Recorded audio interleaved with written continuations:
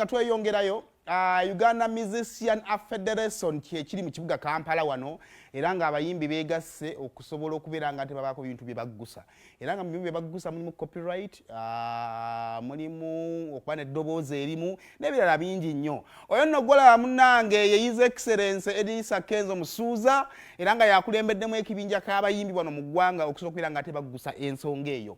Ku komiti kuliko mwana muwala Shiba Kalungi, kuliko Paraso n'abalala bangi nnyo era nga bagamba nti ku luno obutakola ki kindwerabidde tebagenda kukakkana paka nga baggusizza kye baagala era nga balina meeting week eno kati sooka ompe ekyali ku katono nnyo mu meeting ate nze gye mbabuulira amawulire mmwe.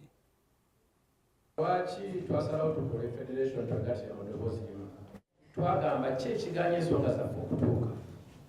Lwaki omuyimbi abatafuna royalties ze okuva mu UPRS? Lwaki abantu sente bazifuna?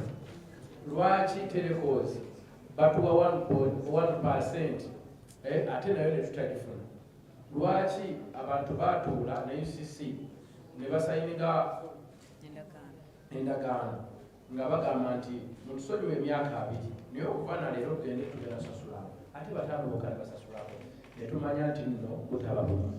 Kati twasazeewo tujje n'eddoboozi limu nga si lya kaayana nga si lya kuyomba wabula lya kuteeseza wamu tusobole okuba nga tutwala omulimu gwaffe mu maaso.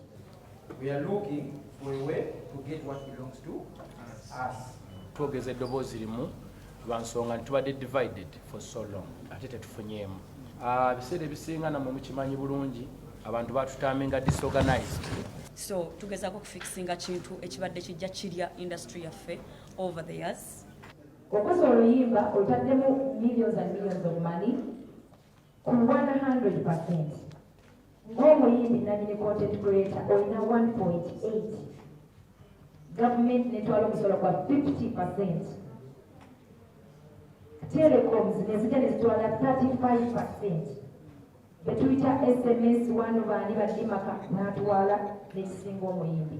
Naye nga gwe asula atunula mu mpewo obuwumbi 7 lukolektingibwa okuva mu callback tunes ennyimba ze mutugulako ate ezaffe ze twekoledde.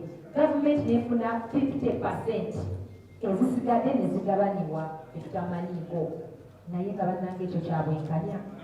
Twategeeragana nabo basobole okusasula royalties z'abayimbi mu ggwanga naye sente zebasasulako basasula kangambe obutundutundu 2.5.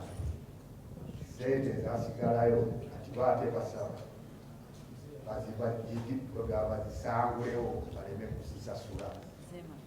Kakati awo wali kalumanyirera tuleme kukukuma twetukubye emyaka mingi naye tuli bakuba miziki waffe tumufunyeemu bakubina ebyokujjuza cricket oko simanyibwa oyinza okuwulirira nga olikodinga miziko n'akusasula.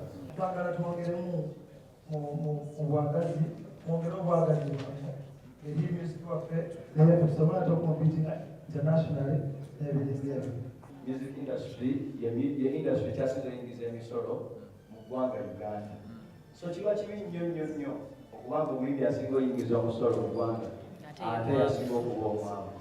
So tetuzze kuyomba oba tetulina intentions mbi bakama baffe obubaka buno batuukeko obulungi. Kirungi nnyo okubanga bakola naye nga bakusabiza amata tolina kumi. So bannange guno omulanga gw'abayimbi tetwaliwo intention endala. Bimu ku byali mu meeting ya federation. Kakati wakati nga federation yeyina nga bwobula tubiwaddeyo ndoza abayimbi ba federation mwe tutabitaddeyo ebintu bye mwatugamba byonna tubitaddeyo mwagala bikole bikino mwagala byonna tubitaddeyo